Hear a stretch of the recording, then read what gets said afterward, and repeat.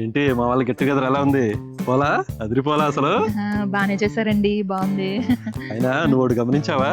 మా ఫ్రెండ్స్ వాళ్ళ వైఫ్లు వాళ్ళని ఎలా పిలుస్తున్నారు? రారా పోరా అని ఎంత క్యూట్ గా పిలుస్తున్నారో నాకు అసలు చూస్తే ఎంత క్యూట్ గా అనిపించిందో తెలుసా? ఏదో ఒకటిలేండి, మనకెందుకు.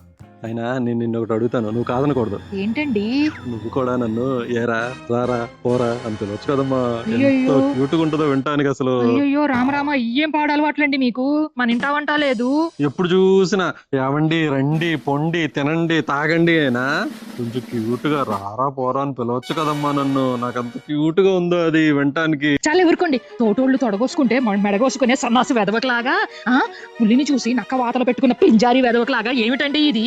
పొరపాటున నేను అలా పిలిచేటప్పుడు ఎవరైనా విన్నారనుకోండి, పెళ్ళాం కొంగు పట్టుకొని తిరిగే సన్నాసి వెదవ చబటాయి దద్దమ్మ దద్దోజనం గాడ చెప్పనుకోరా. క్యూట్ గా ఉంటుందని అడిగాను. ఏంటంటే క్యూట్ గా ఉండేది? అలా కాదమ్మా, నలుగురిలో ఉన్నప్పుడు కాకపోయినా మన ఇద్దరు ఉన్నప్పుడైనా ఎరా రారా అని పోరా అని పిలవచ్చు కదమ్మా. అయ్యయ్యో రామ అసలు పెళ్ళాం చేత ఏరా రారా పోరా అని పిలిపించుకోవాలన్నా సన్నాసి వెదవ పింజారి ఆలోచనలు ఎక్కడి నుంచి వచ్చాయండి మీకు? అమ్మా వద్దులే అమ్మా తల్లి, యావండి రండి పొండి తిండి దొబ్బేయండి అనే చెప్పు నాకు.